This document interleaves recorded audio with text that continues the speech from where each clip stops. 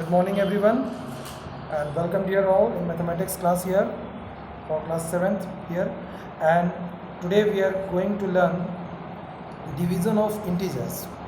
We will also see some properties of division of integers. Okay, so now let's start here.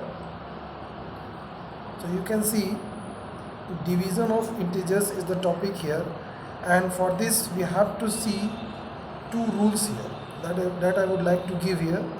First of all, so rule number 1 is that you can see here, for dividing one integer by the other, the two having the unlike signs, that means the two numbers should have the unlike signs. For dividing one integer by the other, and here the two having the unlike signs, we divide their values regardless of their signs.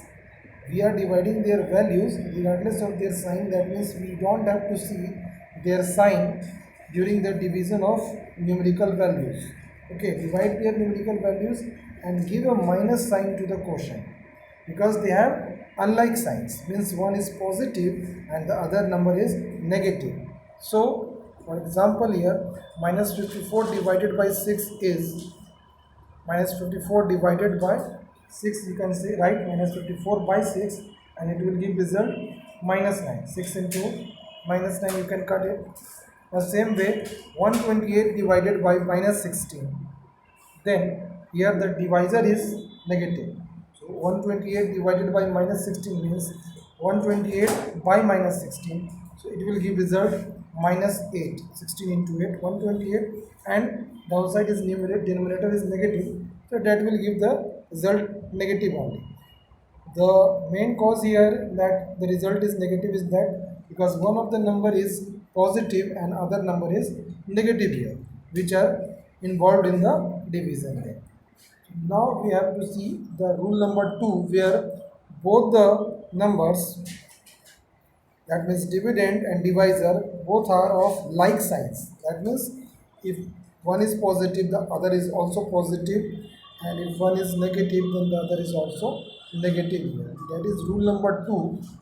You can see, for dividing one integer by the other having like signs, if they have the like signs, we divide their values regardless of their signs. We don't have to see their signs, but only divide their numerical values and give a plus sign to the quotient.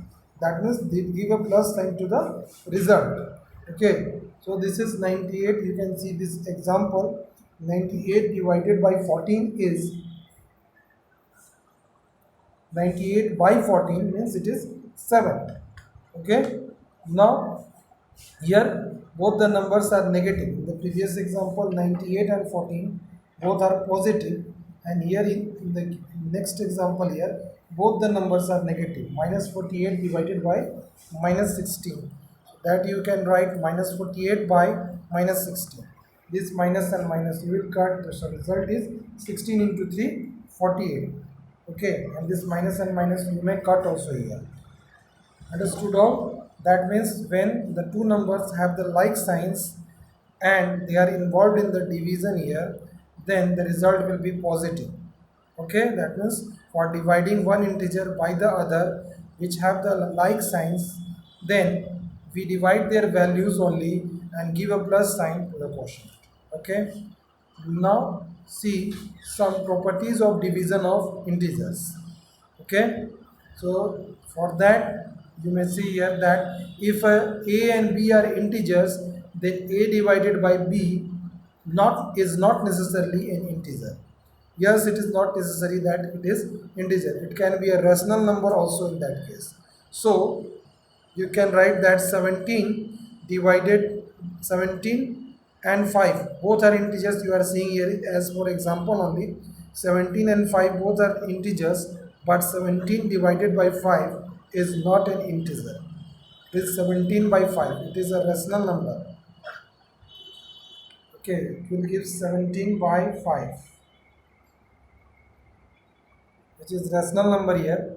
Then rule number 2 is that if a is an integer and a is not equal to 0, then a divided by a equals to 1. That means the number dividing itself only, then the quotient is 1. So example, you can see 6 divided by 6 equals to 1. So similar questions are also given in the exercise 1C. Okay, so by easily you can solve exercise 1C by understanding these properties. Okay, now we have, if a is an integer, then a divided by 1 is a. That means if any integer a you divide by 1, then the quotient is a only. Means the result is the number itself. For example, here you can write minus 9 divided by 1 is minus 9 only. Okay, now the next we have this fourth number property, that if a is an integer and a is not equal to 0, then 0 divided by a is 0.